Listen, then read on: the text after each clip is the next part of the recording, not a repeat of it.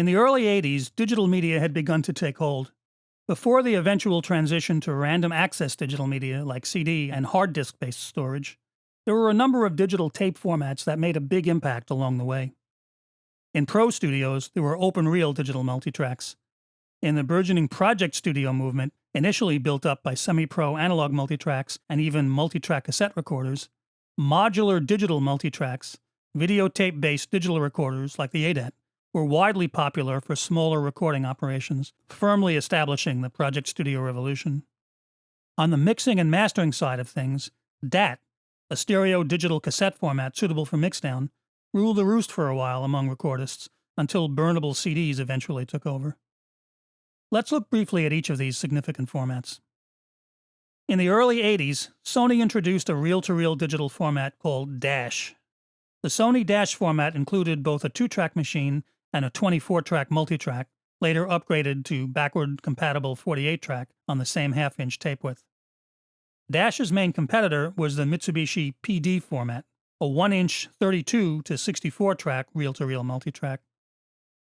To offer a familiar paradigm to engineers used to working with analog tape, the designers even went so far as to cleverly devise a way for them to perform razor blade edits on the digital tape, so they could transfer their longtime skill sets more directly to the new formats.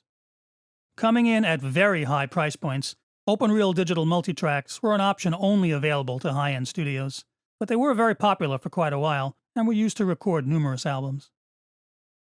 Possibly the biggest development in digital tape was the creation of modular digital multitracks. These were 8-track digital tape recorders that used rotary head technology and VHS-type videotape. They were designed so that multiple machines could be synced together to increase track count. The players were Alesis, whose ADAT recorders took over the music industry and project studio world, and Tascam, whose DA88 recorders established themselves in the post-production industry. These recorders, sold at very reasonable prices, brought high-quality multitrack recording to the masses, their modular design allowing smaller studio operators to gradually build up their track counts as business warranted, working their way up to 24-track capability for a fraction of the usual cost. Another digital tape format that used video-style rotary head technology was the 2-track DAT format. Unlike the ADAT and Tascam multitrack formats, stereo DAT players used smaller, dedicated digital cassettes rather than videotapes. DAT was originally intended as a consumer format, a digital replacement for the ubiquitous analog compact cassette. Due to political machinations, DAT never really took off as a consumer product, but the format was embraced by recordists, becoming the standard for 2-track mixdown and mastering. The tapes, even smaller than an analog cassette, were terrifically convenient, but the players were often a little finicky, and eventually random access media like burnable CDs gradually doomed the DAT format.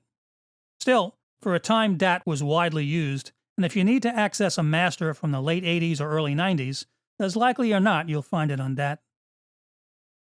Next up, a brief look at integrating analog tape with the modern DAW studio.